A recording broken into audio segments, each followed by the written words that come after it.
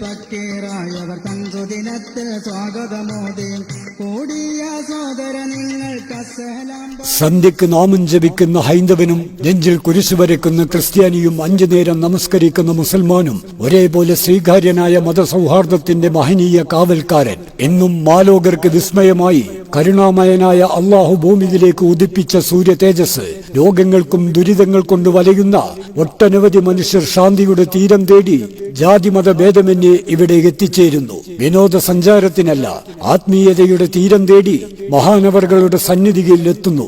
മഹാനവറുകളെ സാക്ഷിയാക്കി ഇരുകരങ്ങളും പ്രപഞ്ചനാഥനിലേക്ക് ഉയർത്തി ഇരുനയനങ്ങളും നിറഞ്ഞ് പ്രാർത്ഥിക്കുമ്പോൾ ആശ്വാസത്തിന്റെ തെളിനീരുറവ അവരുടെ ഹൃത്തടത്തിലേക്ക് ഒഴുകിയെത്തുന്നു.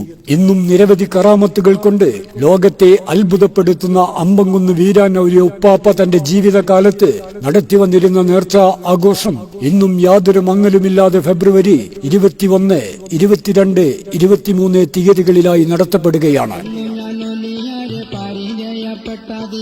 പൊന്നോണം പിറന്ന പോലായി എന്റെ ഊണിലും ഉറക്കിലും മറക്കുമോ ഞാൻ ആ കാര്യം അത്രയും വിലപ്പെട്ടതായി.